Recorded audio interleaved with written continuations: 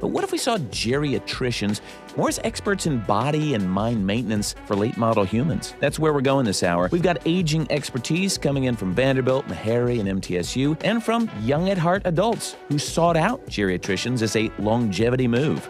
After the news, this is Nashville. Sharing news and stories from the voices of Middle Tennessee. This is Nashville. Our show today is made possible by Blue Cross Blue Shield of Tennessee. Our series on aging is made possible by a grant from the West End Home Foundation, enriching the lives of older adults through grant making, advocacy, and community collaboration. Live from NPR News, I'm Lakshmi Singh. The FBI is investigating today's shooting at an Immigration and Customs Enforcement facility in Dallas as an act of targeted violence. Authorities say the shooter struck 3 people, killing one of them before being found dead with a self-inflicted gunshot wound. Caroline Love of member station KERA reports this is not the first ICE facility in Texas to see gun violence this year. There was a shooting late night on July 4th in Alvarado at a detention facility there. And Alvarado is about an hour from Dallas. And several people, at least 17 people so far, have been charged with some sort of involvement in the shooting. A local police officer was shot in the neck and went to the hospital and was recovered later that day. And several people have been charged with attempted murder of federal agents because there were ICE detention officers there. Caroline Love speaking with NPR's Morning Edition. Ukrainian President Volodymyr Zelensky addressed the UN General Assembly this morning in New York. He said there are no security guarantees other than friends and weapons. Here's NPR's Michelle Kellerman. Volodymyr Zelensky sounded frustrated that the UN hasn't been able to help end Russian attacks on Ukraine or resolve other big conflicts around the world. He says Ukraine has had to rely on its friends and on its weapons. Ukraine doesn't have the big fat missiles dictators love to show off in parades, but we do have drones that can fly up to 2,000-3,000 kilometers. We had no choice but to build them. Now he says Ukraine is ready to export its battle-tested drones. He says he had a good conversation on the sidelines of the UN General Assembly with President Trump, who later called Russia a paper tiger. Michelle Kellerman, NPR News, the United Nations. The Chinese e-commerce giant Alibaba is making a big push into artificial intelligence. NPR's Scott Horsley reports that news is getting a positive review from investors. Stock in Alibaba jumped sharply after the e-commerce company announced a new partnership with AI chip maker NVIDIA. Alibaba says it plans to boost its spending on artificial intelligence to more than $50 billion as it expands data center operations in multiple countries around the world. Federal Reserve Chairman Jerome Powell says he and his colleagues will move cautiously on any additional cuts to interest rates. The central bank cut its benchmark rate last week for the first time all year. Powell told a business group in Rhode Island the Fed is trying to guard against a softening job market while also battling stubborn inflation. We'll get an update on inflation from the Commerce Department later this week. Scott Horsley, NPR News, Washington. At last check on Wall Street, the Dow Jones Industrial Average was down 120 points at 46,173. From Washington, this is NPR News. The family of one of the 67 people killed in a mid-air collision near Reagan National Airport outside Washington, D.C. earlier this year is now suing the government and air carrier involved. The lawsuit, filed today, names the Federal Aviation Administration, the Army, American Airlines, and its regional partner, PSA Airlines. On the night of January 29th, a regional jet was about to land when an Army helicopter collided into it. Federal investigators have said the helicopter was flying above the 200-foot threshold. Video platform YouTube says it will reinstate some accounts it once banned for spreading falsehoods about COVID-19 and elections. NPR's Bobby Allen reports it's the latest tech platform to loosen rules on misinformation since President Trump returned to office. A letter from a Google lawyer to the House Judiciary Committee lays out the change. Those who were kicked off YouTube will soon have a way to come back. Google says it has retired a number of rules that had cracked down on YouTube channels that pushed COVID and election misinformation. Among the accounts that have been banned under those rules, former Trump advisor Steve Bannon, Robert F. Kennedy Jr., who now runs Health and Human Services, and Dan Bongino, who is now the FBI's deputy director. Many social media companies are dismantling content rules that the Trump administration does not like. The Google lawyer wrote to the Judiciary Committee that YouTube values conservative voices on its platform. Bobby Allen, NPR News. I'm Lakshmi Singh, NPR News in Washington. Support for NPR comes from NPR stations. Other contributors include Progressive Insurance.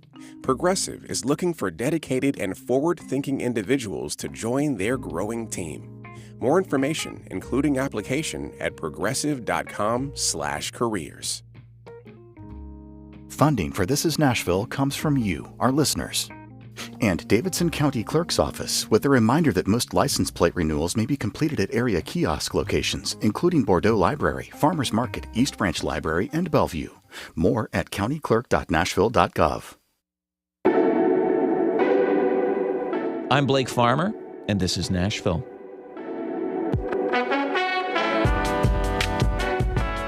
I think it's fair to say that nobody wants to be called geriatric. Can I get a witness from anyone who gave birth after 35? Getting labeled as having a geriatric pregnancy is rarely a badge of honor, and that's long before age has really taken the toll that may put us in the care of a geriatrician. But today, we're going to try to reclaim the G word. We're meeting physicians and healthcare leaders in Middle Tennessee who specialize in helping us age well. Not just lengthen our lifespan, but help us improve our health span, which is a term you'll hear several times today. It's a slight reframing that may help us all embrace geriatrics.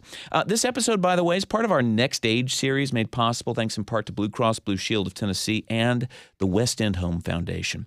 We'll start with a patient who was more eager than most to find a geriatrician. Jean Gold-Yeager is 87, retired from Vanderbilt, where she basically led the patient complaint department.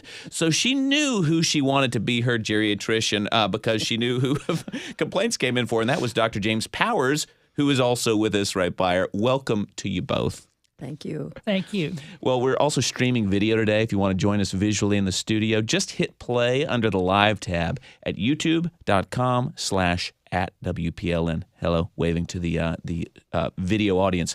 All right, so Jean, so you really did, you never heard a bad word from patients about Dr. Powers in the Patient Affairs Department at Vanderbilt? No, I did not. And he wasn't alone. There were many, many, many others that I did not hear bad I didn't mean to suggest the complaints were rolling in all the time. Right. Yeah. But I also chose him because he's younger than I am, and I did not want my doctor dying before I did. Oh, what an interesting calculation there. So when was this? Like in your 50s that you started? Oh, no. Okay. I was in my late 60s, I think.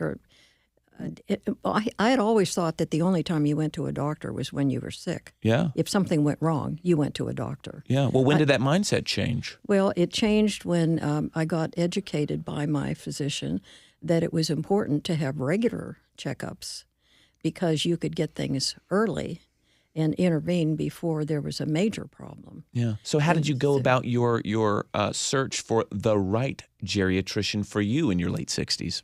Well, because I had an inside track, that always helped. And I knew that Dr. Powers was a geriatrician and that he was younger, and he met all my criteria. He had not had a complaint, and he was younger, and that's basically what it was. I like to focus on the younger here. Dr. Powers, do many of your patients say, I'd like for you to be younger than me? That's key. That is actually true. Really? And they grab me by the arm as they leave the office and say, "Don't you retire." Well, have you, is that a consideration? Yes, it is, of course. But on the other hand, we realize that people do have life events and have to move on, and all of us have to change. Well, it's interesting, though, that this particular physician, when you're choosing someone, you kind of think about picking somebody who's going to be with you for the long haul. Is that part of this discussion when you're intaking a new patient? I think, yes, that is true. And it also reflects the fact that people really value the continuity of care, someone who knows you over time. And that's rare to find these days, but is so valuable, particularly when we're treating older adults. To know what their values are, what their wishes are, is so very important in how we care for them. Well, how long have you, I was going to say described yourself as a geriatrician, but I think you actually officially are a geriatrician. When did that transition happen? Well, geriatrics is a relatively new field. It's only really been around. The first exam, if you will, was 1988.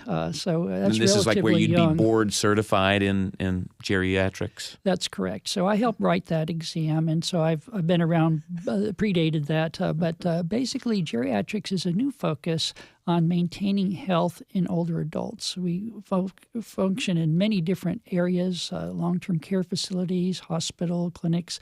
We do a lot of consultations. We actually try to work with our colleagues in other fields, internal medicine, family medicine, cardiology, to try to make them, if you will, good geriatricians for their own patients. Wow. Well, at the time, were you already basically a geriatrician without the title? Was your practice leaning toward older patients? Sure, it was. I'm an internist, and as an internist, you take care of many people with chronic illness. So a good portion of your patients are going to be in the older age group. Can you introduce us to this thing that I didn't know about before prepping for this episode, which is Stanford's New Map of Life project? There's a lot of emphasis on like helping people live 100 years, but kind of having a new sort of thinking about how you maintain folks through those years. What is this New Map of Life concept? Yes, the Aging Center at Stanford has looked at our increasing longevity. Do you know that in about another 30 years, we will have 1 million centenarians in the United States? Wow. We've never before in human history had that many older adults living with us. And so the planning that they are emphasizing is that we should look at a lifespan as 100 years. Obviously, we won't all make it to 100, but if we can plan for that, if we can actually make the life valuable and really help people to understand that they have a long way to go and to take care of themselves. Prevention is very important, so that lifespan is really one that brings a lot of joy and comfort throughout the lifespan. Well, Gene, what's that meant for you as you kind of think about, I don't know, do you think about 100 years? Yes, I do. The women in my family have lived far into their 90s, and so I expect that I will too. One of the concerns that older people have is, will I outlast my money? Yeah. So that is an issue for older people. And it seems so separate from getting medical care, but really they're really it's all tangled up. Yes, it is. Yeah. Well, what have you done? Is there any sort of secret to your general good health at 87 years old? Well, I'm trying to take the advice of my geriatrician. And who's listening? Yes, and exercise. Yeah. Lose weight, which has always been a horrible issue for me, but I am following his advice now. And so those are two things, exercising and losing weight. Of course, I haven't smoked for a long time. I do occasionally have a nice gin and tonic, and I'm trying to limit those to maybe once a week. So I'm trying to follow the advice of my doctor, plus other people. There are a lot of other people, other professions that can help. Nutritionists, for example, physical therapists, social workers. All of them that have had training in gerontology can help with this, and are a help to the physician too. Yeah. Well, you're here because I think Dr. Powers feels you're a model patient. But how often does that mean you see him in a year? I mean, are you annual wellness visit? Anything else during the course of a year? I plan on going once a year. Yeah. But if anything comes up in the meantime that I'm concerned about, then I call. Yeah. And I can either get a phone consultation, or he may advise me to come in so I can be checked. Yeah. And so that's how that works. Well, Dr. Powers, what makes a geriatrician all that different from an internist, a family medicine doctor? Like what What are you trained in that others are not? I think it's the comfort in managing chronic illness, in care management, and kind of connecting the dots. So that's actually the main thing that many of our new patients ask for, is someone who can kind of put the pieces together. I can see my specialist, but they don't know what the other specialists are doing, and I'm lost. And by chronic conditions, you're talking about, maybe diabetes, hypertension, high cholesterol. What is it you're managing most commonly? Sure, all of those things. Of particular importance is increasing number of people with dementia. That is a very complicated illness to manage, and there aren't enough specialists to take care of them. So really, primary care is doing a lot of that. So we consult a lot with our colleagues and help them to manage those patients. I have a large number of them myself. So you're saying that there's a lot that you can do rather than having to send them to, a neurologist? Is that where they would go after you? That's right. For some of these chronic illnesses, it's the management. It's not a new diagnosis so much. It's caring for them, helping people to cope with them, helping their families, working with the caregivers. So there's a lot to it. If you're just joining us, I'm Blake Farmer. This is Nashville. We're all going to get there eventually. We're talking geriatrics today and seeing the latter years of medicine a little differently than we have before. And a reminder, we are streaming video from the studio today. If you'd like to get a visual experience today, youtube.com/@WPLN. So, Gene, when did you sort of start to see this value in focusing on preventive care? You said that previously in your life, you kind of thought you go to the doctor when you're sick only. And you've been getting more preventive care.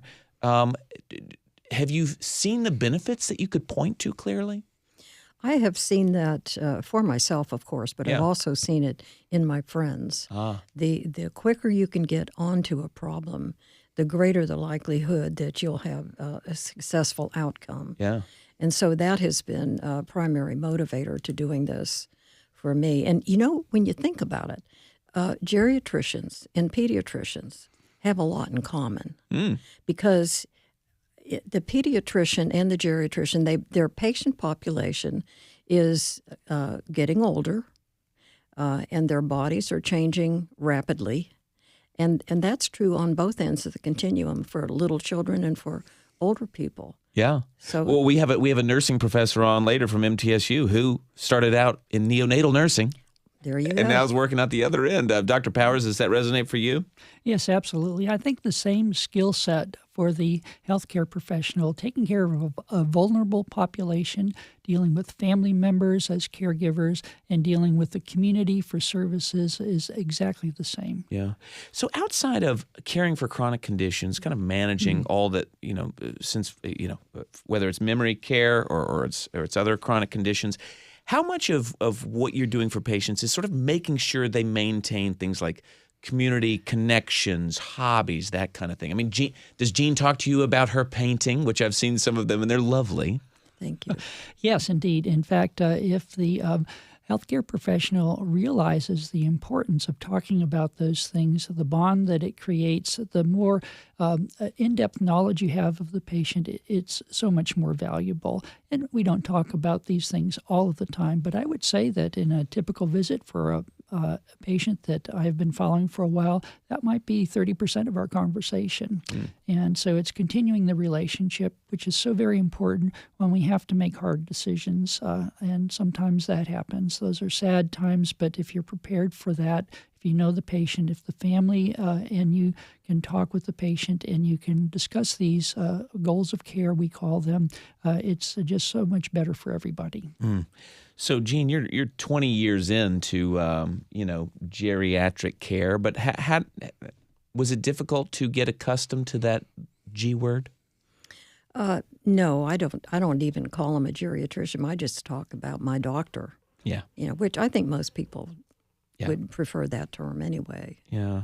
Well, do you find, though, that folks in your circle are maybe scared off at the prospect of finding someone who might be their last doctor? The people that I know and associate with don't have any problem thinking about the aging process, and they're more likely to do studies about it, to try to learn more about it, and to be responsible patients, be responsible themselves for their care. You can't expect the doctor to do everything. Yeah. Dr. Powers, what surprises some of your patients, maybe who are not reading as much as Jean is, about the care they're going to receive from you? And I ask this because in my mind is, I know one of the big questions you talk about all the time is like fall prevention. Yes. That kind of thing. But I wonder what surprises your patients who come into your care? We end up taking away medications. We end up telling people they don't need to do certain tests. Wait, talk about why that is, the taking away of medicines and tests. Medications in particular. Older adults take more medications proportionately than any other portion of the population. And if you can reduce or eliminate unnecessary medications, you can prevent a lot of complications. There are a lot of side effects to medicines. It's believed that 20% of hospitalized patients have some major complication from medication. Some of these are necessary medicines, so they're very potent agents and should be used cautiously. So sometimes reducing is actually helpful. Yeah. Improve cognitive function, reduce fall risk, for example. So we do a lot of that. We also tell people they're doing fine. We encourage them. We become cheerleaders. That's kind of fun. And actually, when you ask questions about past work, about their families, about their hobbies, to get to know them better, they actually really enjoy that. So those are surprising to many of our patients. Jean, have you experienced any of this less is more phenomenon from Dr. Powers? No, I think I was pretty well informed initially because of what I had experienced in my own family with a family member who was on too many medications and medication that did not work well with each other, and really had some bad outcome as a result of that until she was able to get off the medication. So I knew about the importance of that before I even started going to Dr. Powers. Well, Jean, why don't you wrap us up here? Any word to the wise for those who are on the market for a geriatrician? Well, sometimes it's hard to know how to find a geriatrician. There aren't many in the state. Well, I always, and you're not going to like this, but I always go to Google. And, I like that. That's fine. Dr. Powers has told me, I see. Stay off of Google, because I tend to want to diagnose myself. Oh, boy. This just now coming out when we have to wrap it up. All right, let's get Dr. Google out of here. Jean, thank you. All right, so stay off. Search Google for a geriatrician and then leave it at that. Is that what you're leaving? Yeah, sure. All right. Yeah. Dr. James Powers is going to stick with us. Jean Gold-Yager, thank you so much for sharing your experience as a model patient here. We need to take a quick break. When we come back, we're going to talk about the shortage of geriatricians and some of what's drawing young doctors into the specialty. In fact, we have one of the youngest geriatricians in town here in the studio. So stay with us. This is Nashville.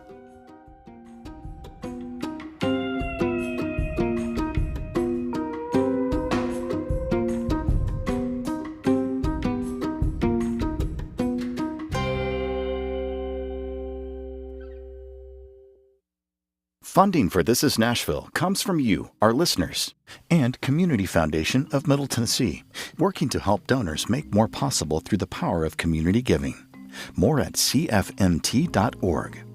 And Age Well Middle Tennessee, offering Elder Care Coach, providing online resources and phone consultations designed to help families navigate care for aging loved ones and to assist employers supporting caregiving employees. More at eldercarecoach.org. And the Osher Lifelong Learning Institute at Vanderbilt University, offering intellectual courses for adults over 50. Registration for fall courses open now at vanderbilt.edu/OLLI. On the next Fresh Air, what does the First Amendment and freedom of the press mean now during President Trump's second term? Our guests will be Marty Barron, former editor of The Washington Post, and Adam Liptak, who covers the courts for The New York Times. He's also a lawyer who previously represented The Times. Join us. This morning at 11 on 90.3 WPLN News.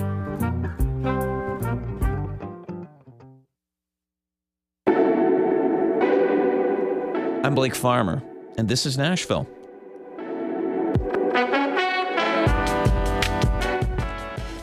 At last count, there were only 74 board-certified geriatricians across the entire state of Tennessee. 74. It is a specialty that is more in demand as our population ages, but there are fewer physicians getting into this late-stage medicine. Dr. James Powers of Vanderbilt is still with us, and we're joined by Dr. Stacy Smith, who started her training at Meharry Medical College, just finished her fellowship at Vanderbilt, and adds one to the state's list of trained geriatricians. Welcome to This is Nashville. Thank you. Thank you for having me. And we're streaming video today. If you want to join us visually in the studio, just hit play under the live tab at youtube.com/@WPLN. Dr. Smith, why are new physicians not necessarily drawn to geriatrics? I was surprised when I was in medical school that more people weren't kind of going into it because it seemed pretty fascinating to me, and I liked having the older patient population. I think there is a lot. I don't think a lot of people know as much about it, so they kind of assume that if I'm treating an older patient, I would treat him the same as I see. a younger What's patient. The difference? There is more variety, I think. When you look at patients who are maybe over 75, like one 80-year-old is going to look nothing like another 80-year-old. And so you really have to treat the person more than, just the age or, like the epidemiology, like the studies and so forth. So I think that's pretty exciting, but I'm not sure everybody has kind of realized it. But hopefully they will. You're saying that two 15-year-olds are going to have pretty similar experience, but if you have an 80-year-old person who has had all sorts of medical complications and they were a smoker or whatever, compared to someone who has, been on the Mediterranean diet all their life or something, you got two very different 80-year-olds. Exactly. Okay. Yes. Well, what originally drew you down this path? Well, I always had an interest in it. My parents are probably the older baby boomer generation. My aunt was one of my best friends growing up, and she is 96 right now. Wow. She has dementia at the moment, but we were always hanging out when I was younger. I just had so much fun with her. I remember her and my other aunt kind of saying that, their doctors, they didn't feel like they cared, like what was going on. And so they didn't really want to go to the doctor. And so I always thought, well, if I'm a doctor, then, these are the patients that I would like to treat. So you sort of have an affinity, a natural bedside manner with folks who are in your aunt's demographic. Yes. I like that. So. And they encouraged you that way, it sounds like. Yes, they did. They did. Like, inadvertently just by complaining about the care that they might have had before. But yes. Well, Dr. Powers, are there efforts to incentivize physicians to get into this specialty? Like, are we at that point? Is there that much of a shortage? There really is. There are only about 6,000 geriatricians in the country. By comparison, there are 6 times as many cardiologists. Yeah. But there are many more older adults that could benefit from the care of geriatricians. So we have a two-pronged approach. One is that we realize that in the near future, we'll never have enough geriatricians to take care of all of the patients that could benefit from it. So our goal in the teaching setting is to make sure that our new trainees, medical trainees, are good geriatricians for their own patients, whether they're going to be orthopedists or family doctors. That's so very true. But I think that there is some hope for the future. What we do in geriatrics is we're cost avoidance as far as a business principle. And what that means is that we try to improve quality, reduce unnecessary cost, improve outcomes as best we can.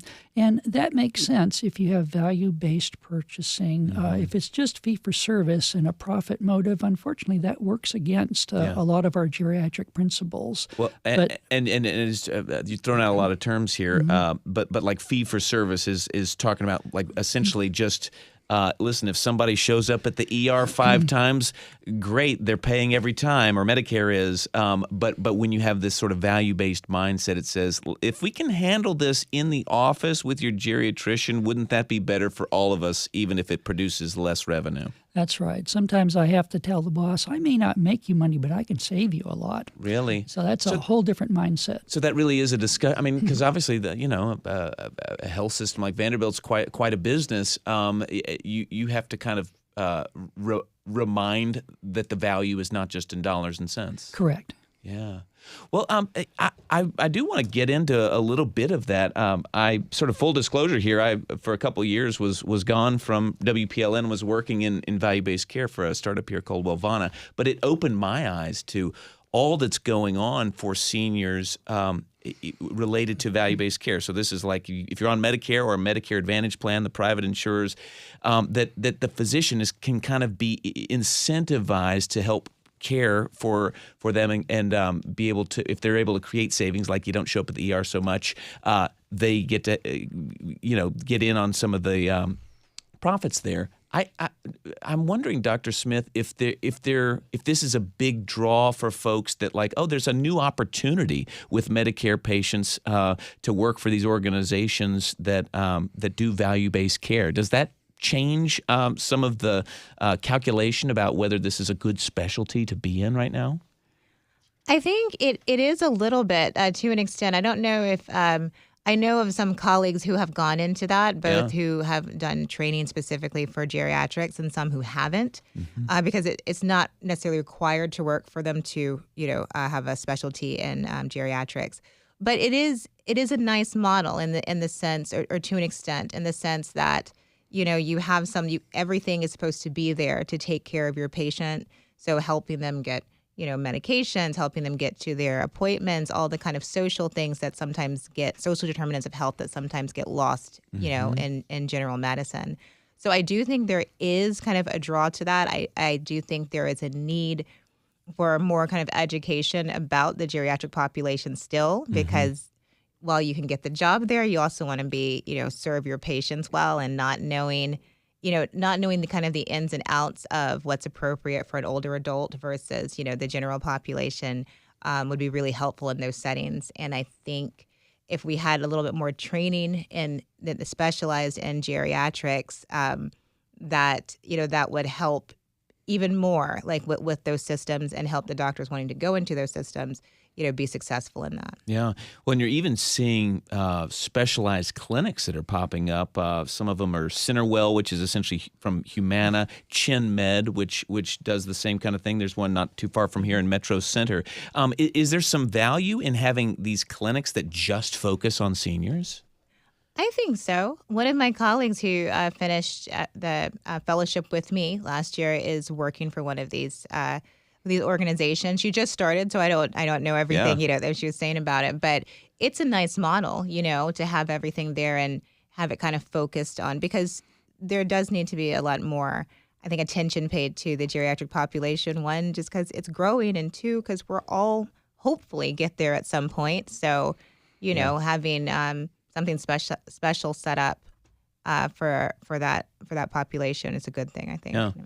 Well, Dr. Powers, you were talking about sort of making sure that all physicians who are trained, know how to work with patients who are in this demographic. But yeah, doesn't every physician outside of pediatrics maybe need to know how to work with seniors? Oh, we agree 100%. And in fact, a lot of training requirements for these programs require some geriatric training. We have all kinds of healthcare trainees that rotate through our different services. And in fact, our geriatric graduates from our fellowship program are highly sought after for health systems that are forward-thinking. Some of these changes we talked about are relatively recent, and it's only a small portion of the marketplace, perhaps 20%. But increasingly, I think they're finding the economic value of having a geriatric plan in-house. So maybe not as directly a revenue producer like a surgeons or like a cardiologists, but they're seeing it as, listen, there's real incentive here when you're talking about a cost avoidance. That's correct. They're really geriatric programs involved with taking care of your higher risk patients in one population, patient-centered medical home, reducing the return admission rate to the hospital, very important for healthcare systems these days, and they're all using geriatric principles. If you're just tuning in, this is Nashville, and I'm your host, Blake Farmer. We're talking about geriatrics today, the care that's available in Middle Tennessee, and what kind of shortage is expected in the coming years. We're streaming video at youtube.com/@WPLN. Dr. Smith, you're so the most recently out of this. What if you're training specifically for geriatrics, how does that training look different? Well, it looks different probably in most aspects in terms of medication is a big one because, medication is in all facets, comes to all facets of medicine. But when you get to the older generation, these medications don't work the same as they would in someone younger. Wait, talk about that. You're saying that you could give the same medication, let's pretend it's one pill. You give it to a 25-year-old, you give it to an 85-year-old, different effect. Yes, exactly.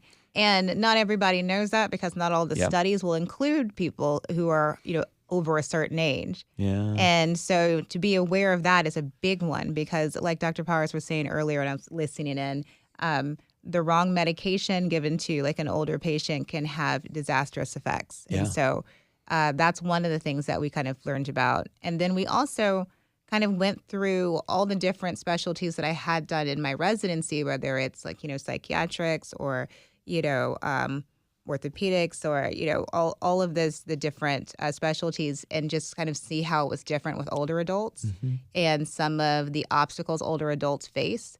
So it was just kind of a dive deeper into the things that I was learning during residency, and it was pretty great. Yeah, well, I worked with a pharmacist whose term was medication misadventures was what you were trying to avoid because people have so many pills too. They sort of get creative and they're like, oh, I went to the hospital, they gave me this, so I'm going to stop taking that. And I'm sure you run into this on the daily of people getting creative. Quite a bit, yes. Yeah. Yes.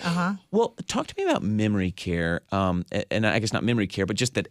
Even as primary care for someone who's in this age group, there's probably going to be a discussion about memory. What does that look like at a base level for your patients?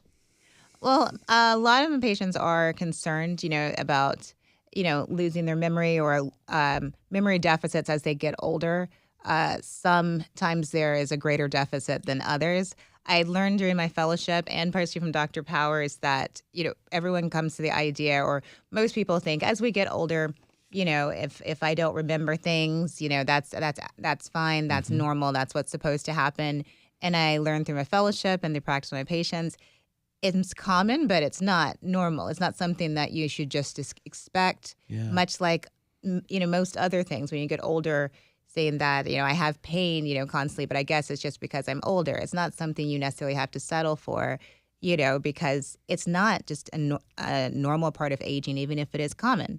Yeah. So with memory, there are various tests and, cognitive assessments that we can kind of do to see where someone's baseline is and then look at their function and how they're living their life, if they need help with different things.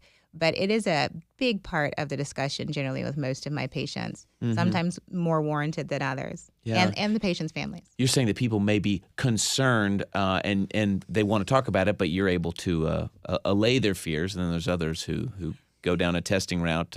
Right. Yeah. But either way, you can prepare for it. If you have an idea of where you are, you'll have a better idea of where you might be going. Yeah. How do patients handle the geriatric term? Do you find that you try to sort of downplay that you're a geriatrician? I did. Mostly when I'm inpatient, I say I specialize in the care of older adults. I see. I don't know if it's them or it's just me being scared I'm going to offend someone. Most of the time, patients will make a joke about it, you know, and just be like, oh, the geriatrics must be here for me, or something like that. But try to be more sensitive about it. But, most of the time people just have a good chuckle about it. Well, Dr. Powers, what's your go-to joke? Well, as far as the name, older adults is actually the preferred terms. Yes. It turns out we've actually done some studies on this. The American Geriatric Society has done this. And as far as a joke, I think it's fair. I had this gentleman come in, and he was having some pain in his right knee, and it was very uncomfortable as I examined him. And he said, now, Doc, don't tell me it's just because I'm old, because the left knee doesn't hurt. It's just the right knee. Well, all right, so you didn't say it was just because he's old. I like it. All right, last thing, for people who are listening and thinking, listen, I like my doctor. Why should I get a new one just because, I'm a Medicare patient now. I'm 65. What's the pitch for finding a geriatric specialist? I may go to both of you. Dr. Powers first. It is difficult to find a geriatrician. As you mentioned, we have less than 100 in Tennessee. We've got 6,000 across the country. We estimate we could use 6 times that many. In the near future, we won't have that many. So it is our hope that with new training requirements, that internist, that family doctor who you do see, that nurse practitioner, that physician's assistant, they all have had geriatric training requirements, will be a good provider for that older adult. So that's our hope. Dr. Smith? I get asked a lot, what makes geriatricians, different, and kind of the draw. I don't generally need to market myself too much because there are so few of us. But I do agree with Dr. Powers. The more knowledge that's out there about serving the geriatric population, I would say if you're comfortable with your doctor, you stick with your doctor. I just think that it's on us to keep educating our doctors, and healthcare professionals about how to care for the geriatric population, because, like I said, all of us are going to get there at some point, and it's a pretty big one. That's the basis of many of our consultations, by the way. Rather than transfer care to us, we often will talk up the referring physician, say they're doing a fine job. Here are our recommendations, and please let us know if we can be of further help. Well, you are a force multiplier out there in the internist world. Dr. Powers, Dr. Smith, both from Vanderbilt's Division of Geriatrics, thank you so much for being here today. Thank you. Thank you. We're going to take one more break. When we come back, we're going to venture out of the exam room, talk about an approach to geriatrics that also includes age-friendly communities. We've got leaders from the Matthew Walker Clinic and MTSU's Positive Aging Consortium, so stay with us. This is Nashville.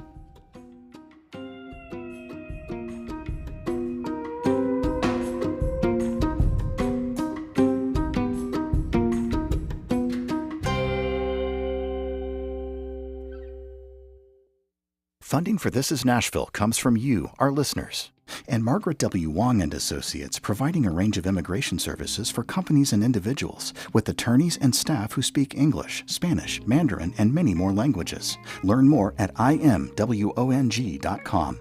And Amazon, proud sponsor of WPLN's Daily Show, This is Nashville, engaging our differences so we can discover our unity. More on Amazon's community work at aboutamazon.com.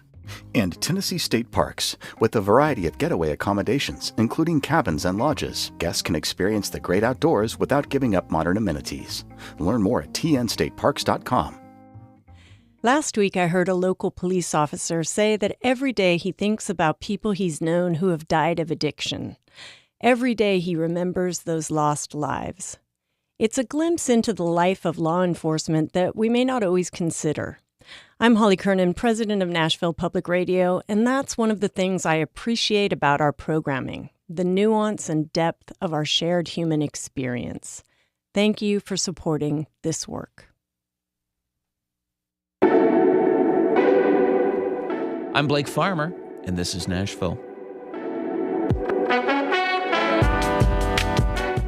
Even for seniors who have a lot of chronic conditions, diabetes, high blood pressure, high cholesterol, they don't spend that many hours in a year with their geriatrician or their doctor otherwise. It's all that happens outside an exam room that can really get people moving toward thinking about extending their health span, as we've been talking about today, not just focused on their lifespan. Deborah Lee is a nursing professor at MTSU and the co-founder and director of the Positive Aging Consortium. Welcome to This is Nashville. Thank you, Blake. It's wonderful to be here today. Katina Beard is the CEO of Matthew Walker Comprehensive Health Center, which has a program called SALT that we're going to talk about. Welcome. Thank you so much. We're also streaming video today. If you want to join us visually, it's youtube.com/@WPLN. It's under the live tab if you're getting lost over there. All right, Katina, SALT. I think it stands for Seasoned Adults Living Triumphantly. Yes. What does living triumphantly look like? Yeah, so for us, it's looking like individuals who have community, who are engaged, who have opportunities to continue to find benefit in their community, and being able to live an optimal life and just experiencing things at their age that they find of interest, and just progressing as they're aging. So seasoned adults living triumphantly. So what is the? I mean, is this just for patients who get their medical care at Matthew Walker? No, it's a program that's open to anyone in the community. The only criteria is that you are 60 years old or older, which I was happy to hear because I'm getting close to 50 something. And that's the only criteria. There is no cost to the participant, and they are just able to meet at the health center. So there's meeting, sort of community building, but what does it do to kind of promote that triumphant living? Yeah, and so what we found is the connectedness, the social connectedness, and so there are healthcare frameworks that talk about individuals that are socially connected have better health outcomes. They have better mental health, they have better physical health. And so having that community, it has been important. And so as people age, right, they kind of get disconnected because their mobility has slowed down, they're not working, their children have moved, and in some places they just don't feel safe coming outside of their home. Right. And so being able to provide this opportunity for our residents, our community members to be able to engage with one another helps them to have this livelihood in their lives. Yeah, I mean, what was the Surgeon General's report from several years ago about social isolation was akin to smoking a pack of cigarettes every day or something? Yeah. I mean, the health effects? Yeah. Is that something you see, that there's real measurable, I mean, not that you're measuring it necessarily, but that you can see improvement when people just get out of their houses and get together? Yeah, I can. I think we see it anecdotally, right? They come in, they're a little shy, they're a little withdrawn, a couple of months later, they're engaged. We've had some participants that really have bonded, some that are still much more mobile than others. Maybe they're still driving. They have a routine. They're helping some of the participants move on with some of their daily activities, right? And so helping them get to the doctor or making appointments as their mental capacity is declining or their physical capacity is declining. And so they found community. They found new family in this group. And so it's really been great to see that come about. Yeah. Deborah Lee, take us, drop us in on Murfreesboro. I mean, is some of this, I know you all do some work with local senior centers, but the Positive Aging Consortium, what does the actual work look like of that group? Well, the actual work of that group started in 2019, which Dr. Brandon Grubbs, who was with you last month, he and I co-founded that together. And that is, a bunch of us as faculty who have come together, who have an interest in older adults, either through our service work, our research, or what we teach on campus. And what we realized is that in order to do the work, which the work is to provide educational opportunities for older adults, to have an age-friendly campus, which, by the way, MTSU is the first and only university in the state that is designated as age-friendly through the Age-Friendly University Global Network. Yes. So Dr. Brandon talked about that with you last month. But also to provide opportunities for our students to go out in the community. And, we did COVID clinics, we do flu shots. We go to St. Clair Street Senior Center and provide opportunities through learning and through their health fair. But the Positive Aging Consortium, I think our biggest contribution is threefold. But the biggest thing we've been doing is we have a Positive Aging Conference every other year. Our third conference is coming up in April of next year on the 17th. And what we do, it's a conference for older adults. And it's not very often that there are conferences for older adults out there. It's interesting, because I thought you were going to talk to me about how, a bunch of researchers get together or something. You're saying this is really this is for the people who you serve. Yes, it is. And it's for all the reasons that Katina talked about. It's a place for them to come together and learn things about what they can do to age well. So we have different speakers, and we do have people who do research, but the whole idea is, what is that research telling us that we can use practically? Yeah. How can I apply what the research tells us to my life to help me learn, live a life of quality? And that's really what older adults want. The years they have, they want them to be quality years. So we really, we love doing it. We get amazing results from the older adults who are there. They absolutely love it. We make it a special day. We've been able to keep the registration fee at $35 because of the generosity of our sponsors. So we are doing that. We also we have an aging studies program at the university as well. And we also have a postgraduate certificate in gerontology. So our other focus is how do we educate the workforce, the next workforce that's coming out of our program, to work with older adults. So that's a huge need that we have. So these would be your folks who are getting their bachelor's in nursing or something. How to Correct. Psychology, social work, nutrition, child and family studies, all of those programs have. And sociology is another big one we have that produces students who we want to go out and work with older adults. Katina, can you talk about how when you gather folks together, it's just a very different interaction than maybe like a doctor-patient relationship. It's kind of like a little group therapy. Maybe they hear a message that they'd heard directly from their doctor, but it hits a little differently when you're kind of out in the community. Is that part of the idea here of like, that there's a lot you can do that doesn't require medicine? Sure. Some of it is clinical. Yes, we do talk about how to be safe in your home, right? Trips and falls, those types of things, how to, talk to your doctor about medication, how to get your discussion points ready when you get ready to go to the doctor. But it's really more about life. Like, it's really about, hey, here's some opportunities. Hey, because I want to take this conference back, right, and see how we can get some of our participants there. It's about, this is what's going on in your community. These are ways for you to be safe online or as you're going out to the grocery store, right? Because as you age, right, you may become fearful, right? I can't go out. I don't want to go to that store. I don't want to do. And so how can you still feel safe? How can you be safe around your loved ones? Because what we found is that sometimes they get taken advantage of by some of their loved ones, right? And so it's a compilation of thoughts and topics. And so much like your conference, we have a senior expo that we have in May during Older Adults Month. May is Older Adults Month. And so we have a senior expo where we bring different vendors to our site that have resources for people who are older so that they can have that as a resource, as information. And then we just kind of expose them to different opportunities and activities in Nashville. So health is a part of it, but it's also more of a holistic lifestyle. If you're just tuning in, I'm Blake Farmer. This is Nashville. We're wrapping up our hour on geriatric medicine and beyond in Middle Tennessee with a trip outside the exam room here. Reminder, we're streaming at youtube.com/@WPLN if you want to watch this conversation. Katina, I wonder if do you find seniors often feel like it's the doctor who's going to solve their issues, rather than, a discussion? Yeah, listen, sure. That I think, yes, I think they trust their provider. They are very serious about who their provider is. And we have lots of capable providers in our system. And maybe Dr. Junior is booked. Well, Ms. Frazier, she wants to see her doctor, right? She doesn't want to see, and we get it, right? Because they've built this trusted relationship. And we want them to take that message out to other older adults who may not be connected into healthcare, to help them build a trusted relationship with their provider so that they can have better health outcomes, right? We want them to have what they need, their medication, their therapy, their referrals. We want to be able to help them navigate this very difficult system of healthcare so that they can achieve their health outcomes.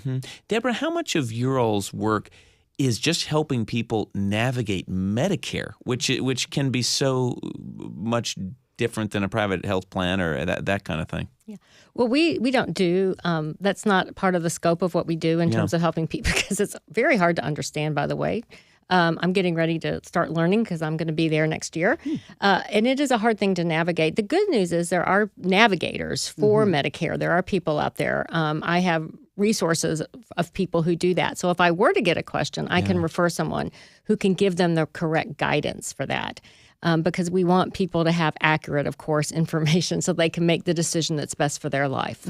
Yeah, well, I imagine that's what's part of what's at these expos and that sort of thing that you all are getting. Well, Deborah, are you seeing a shift? We've been talking about this shifting thinking of like thinking about your health span rather than lifespan, basically a quality of life conversation. Are you finding that is top of mind for people in this demographic? Absolutely. Yeah. The reality is that people want to be able to do what they can do for as long as they can. The things that give them joy, spending time with family, traveling.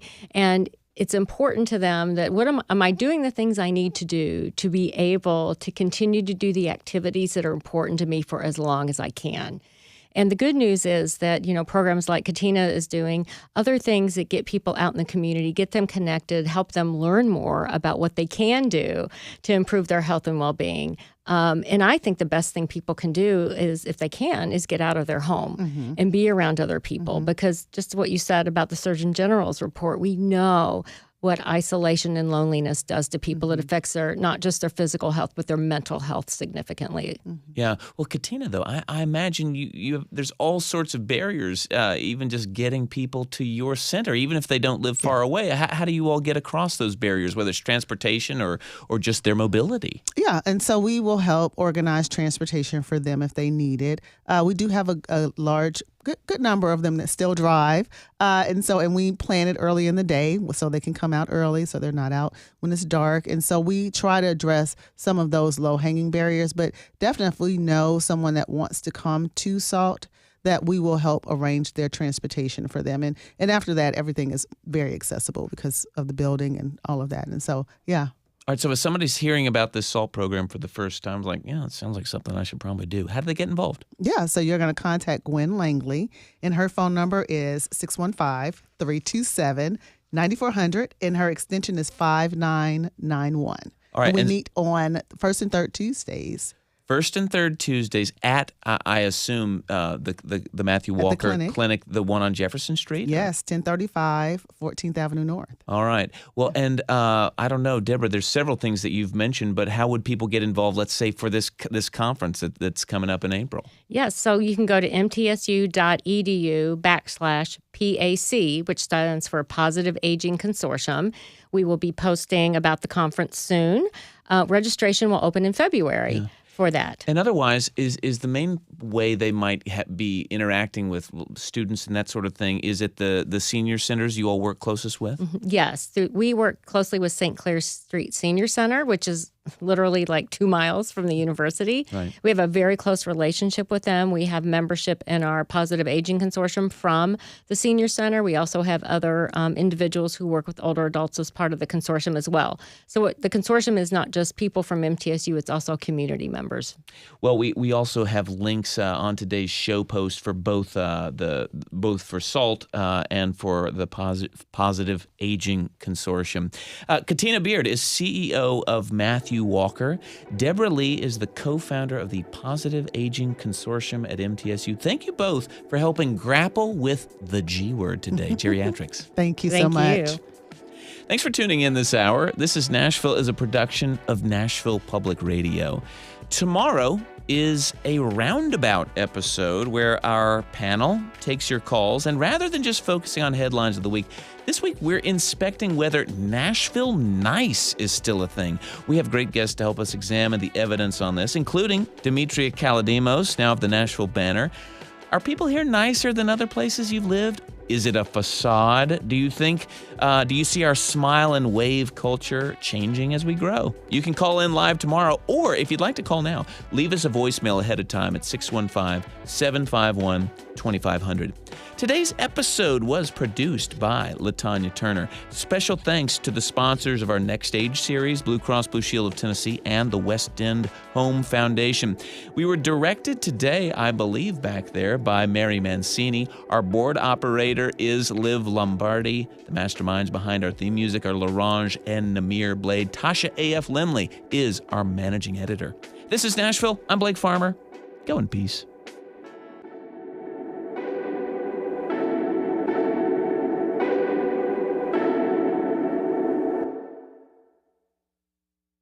Students can chart their new intellectual and career journey through Vanderbilt's Master of Liberal Arts and Science program, which is designed to be ideal for working professionals and lifelong learners.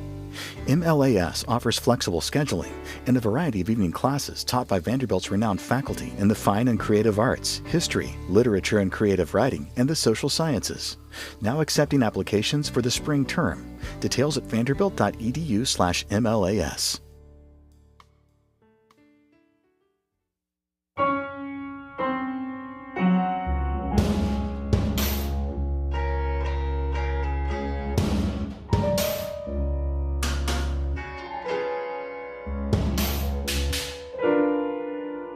This is 90.3 WPLN, Nashville Public Radio, and 91.7 WHRS Cookeville. Nashville's home for Morning Edition and NPR News. WPLN.org is